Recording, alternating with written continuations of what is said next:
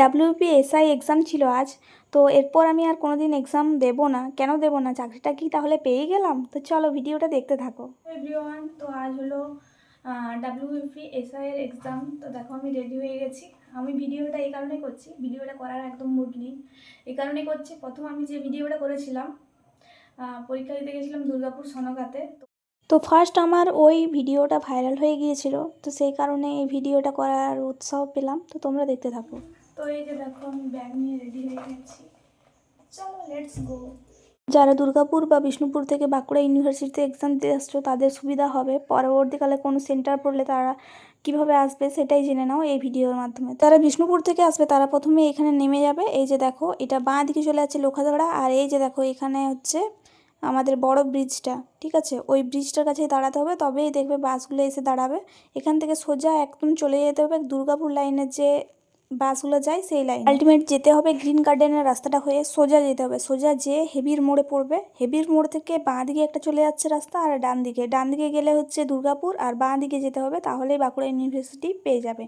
প্রথমেই বললাম না যে এটাই আমার লাস্ট বার, কারণ একটাই, কারণ আমি এত কষ্ট করে পরীক্ষা দিচ্ছি, আমি পরীক্ষাতে পাস করি, কিন্তু আমি যখন মানে মাঠ থাকে, মাঠে হাইট ওয়েট থাকে, তখন আমি কেটে যাই। কারণ আমার হাইট ওয়েট এতটা নেই, সে কারণে আমি কেটে যাই। তো এটাই তার জন্য আমার রিজন। তো আমার মতো কে কে আছো অবশ্যই কিন্তু কমেন্ট করে জানাও। আমাদের দুঃখটা দুঃখই হয় ভাই, কি করে বুঝাবো তোমার।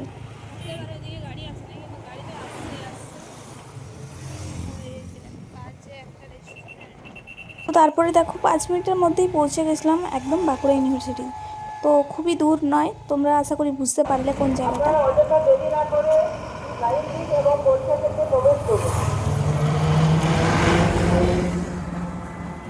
যে দেখো বাঁকুড়া ইউনিভার্সিটি লেখা রয়েছে খুব বড় করে, আর এই যে আমি পৌঁছে গেছিলাম। তারপর গাড়ি কোথায় রাখবো সেটাই বুঝতে পারছিলাম না। তো যাই হোক, একটা জায়গায় সেই বড় মাঠটা, যারা আমার ভিডিও আগে দেখো তারা বুঝতে পারলে, এই মাঠটাতে আমি একবার নাচ করেছিলাম একটা ভিডিও।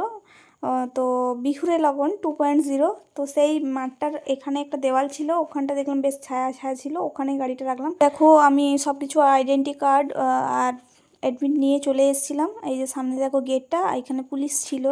তো আমি ভাবছিলাম ভিডিও করতে দেবে কি না, সে কারণে একটু বুঝতে পারিনি, আর একটু নার্ভাসও ছিলাম, মনে পরীক্ষা থাকলে যা হয় আর কি। যাই হোক, তো সেই কারণে আমার ভিডিওটা ক্যাপচার করা হয়নি, এইটুকুই আমি ভিডিওটা করেছিলাম। তারপরে আবার বেরোনোর সময় আমি ভিডিওটা করেছি। এই যে দেখো তো যাই হোক, আজকে আমার WBSI এক্সাম ছিল। তো পরীক্ষা কমপ্লিট। তোমাদের ব্লগটা কেমন লাগলো অবশ্যই জানিও। আর তোমাদেরকে প্রথমেই জানিয়ে দিয়েছি যে আমার ব্লগ করার ইচ্ছা থাকেনি, কিন্তু আমি যেহেতু প্রথম আমার ভাইরাল ভিডিও ছিল পরীক্ষা দিতে এসে, মানে, তো সেই কারণে আজকে ভিডিওটা বানালাম। দেখা যাক তোমাদের ভালো লাগে কি না। চলো রাস্তাটা তোমাদেরকে একটু দেখিয়ে দিই, তোমরা দেখতে থাকো।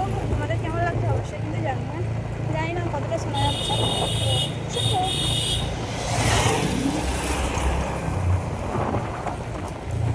আর এখানে গোটায় রাস্তায় এখানে সব লোকজনও আছে। সামনে ওইখানে ডিএভি স্কুলটা আছে, ওখানেও পরীক্ষা করছে।